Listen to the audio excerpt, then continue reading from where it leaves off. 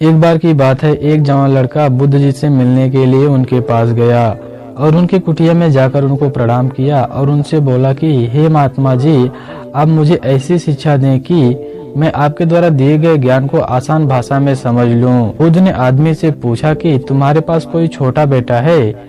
आदमी ने कहा, हाँ, मेरा एक छोटा बेटा है। बुद्ध ने पूछा, तुम्हारे भाई के पास कोई छोटा बेटा है? उस इंसान ने कहा, हाँ, मेरे भाई के पास भी एक छोटा बेटा है। फिर बुद्ध ने उस आदमी से पूछा, क्या तुम्हारे पड़ोसी का भी छोटा बेटा है? आदमी ने कहा, हाँ, मेरे पड़ोसी के पास भी उसका एक छोटा बेटा है। फिर बुद्ध ने कहा, क्या कोई ऐसा इंसान है जिसे तुम खुद जानते हो? क्या उसके पास भी कोई बेटा है? आदमी ने कहा, हाँ, उसका भी बेटा है। फिर बुद्ध ने उस आदमी से पूछा कि अच्छा ठीक है, तुम बताओ, अगर तुम्हारे बेटे की मृत्यु हो जाए तो तुम्हें कितना दुख होगा? उस इंसान ने बुद्ध को बताते हुए कहा कि मैं आपको बता नहीं सकता कि मुझे कितना दुख होगा। मेरी तो दुनिया ही खत्म हो जाएगी, मैं खुद ही मर जाऊंगा उसके बिना।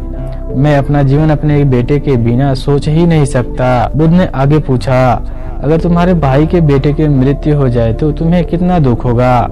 आदमी ने कहा, मुझे बहुत ही दुख होगा, लेकिन उतना दुख नहीं होगा जितना मेरे खुद के बेटे के मरने पर होगा।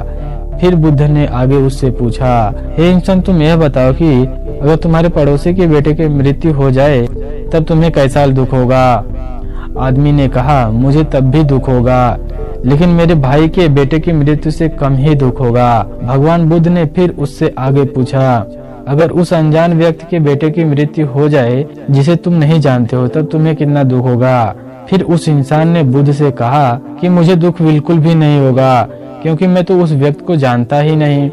फिर बुद्ध ने उस इंसान से पूछा, अब तुम बताओ, हमारा दुख किस पर निर्भर करता है?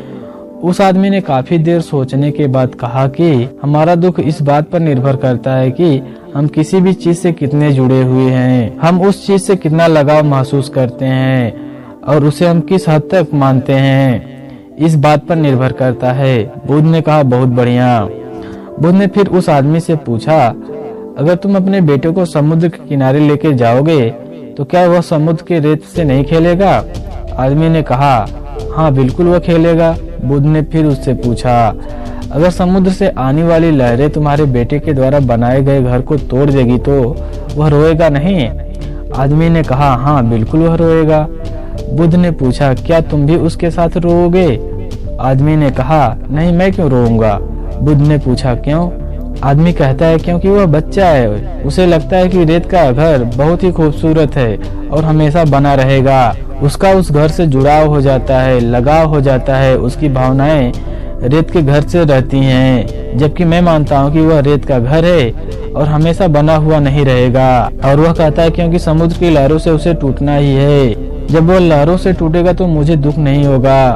बुद्ध मुस्कुराए और बोले कि अब तुम समझ गए होगे, अगर तुम इस ब्रह्मांड की सच्चाई को जानने की कोशिश नहीं करते हो तो तुम भी ऐसे ही चलते चले जाओगे और तब तुम्हें भी इस रेत के घर के टूटने की तरह दुख होगा। तब तुम्हें और इस रोने वाले बच्चे के बीच में कोई भी फर्क नहीं रह जाता। इस कहानी के द्वारा बुद्ध उस व्यक्ति को यह बताना चाहते थे कि हमें किसी भी चीज से लगाव कम से कम रखना चाहिए। यह नहीं कि किसी को खुद से ज्यादा मत जोड़ो, क्योंकि इस दुनिया में कोई भी चीज हमेशा के लिए नहीं होती है। इस दुनिया का हर चीज, हर एक इंसान नश्वर है। हम उनसे जब जुड़ जाते हैं फिर उनको खुद से जोड़ लेते हैं, फिर जब वह चले जाते हैं तो हमें बेहद ही दुख होता है। यह वह रहस्य था जो भगवान बुद्ध जान गए थे। शांति पाने का केवल एक ही रास्ता है, किसी के प्रति ज्यादा लगाव नहीं रखना चाहिए, क्योंकि इस दुनिया में सब कुछ एक भ्रम है और नश्वर है। आप इस भ्रम में से क्या चुनना चाहते हो यह आप पे निर्भर करता है। जितना ज्यादा ज्ञान को अर्जित करेंगे उतना ही ज्यादा आपका विवेक और बुद्धि बढ़ेगी, जिससे आप समझ पाएंगे और आप अपनी जिंदगी को जैसा देखेंगे वैसा ही बन जाएगी। आपको हमारे द्वारा यह सुनाई गई कहानी कैसी लगी कमेंट सेक्शन में जरूर बताइए। ऐसी और अमेजिंग कहानी सुनने के लिए हमारे चैनल को सब्सक्राइब करके बेल आइकन को जरूर प्रेस कीजिए। अगर आप हमारी इस वीडियो को फेसबुक पेज पर देख रहे हैं, पेज को प्लीज फॉलो कीजिए।